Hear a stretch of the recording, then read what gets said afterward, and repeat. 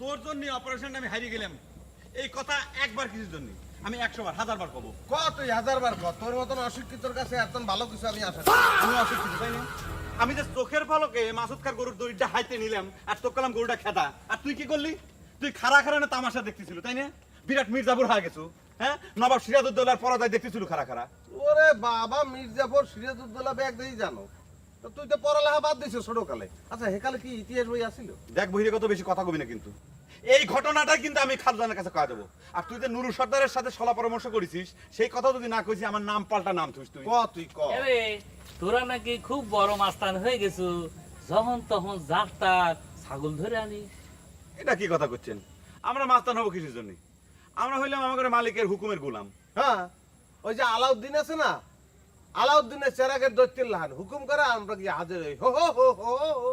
Chop, তোর কাছে কেউ সিনেমা দেখবে নাই।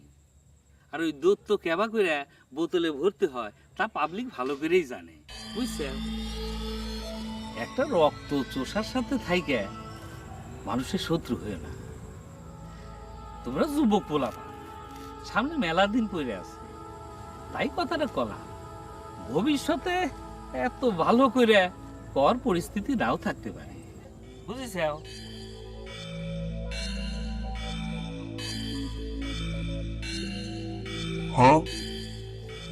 খারাপ এলাকায় মনে যাচ্ছিলা, যাও যাও।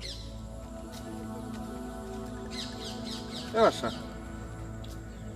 আজ কি তোর মুখ দিকে ঘুমাইতে উঠছিলাম? কে এ কথা করছো কে? না, ব্যাগ যাই তো খালি ধরা খাইতে আছি আজ। মাসুদ খা মাথা ফাটাই দিতে চাইলো, এরপরে জহর আলী এবার। দেখ বহিরে কত বেশি কথা কবি না কিন্তু, আমি এই কথা কিন্তু খালদানের কাছে কয়ে দেবো। খারাইছি মেলা কথা জমিয়ে গেছে তোর।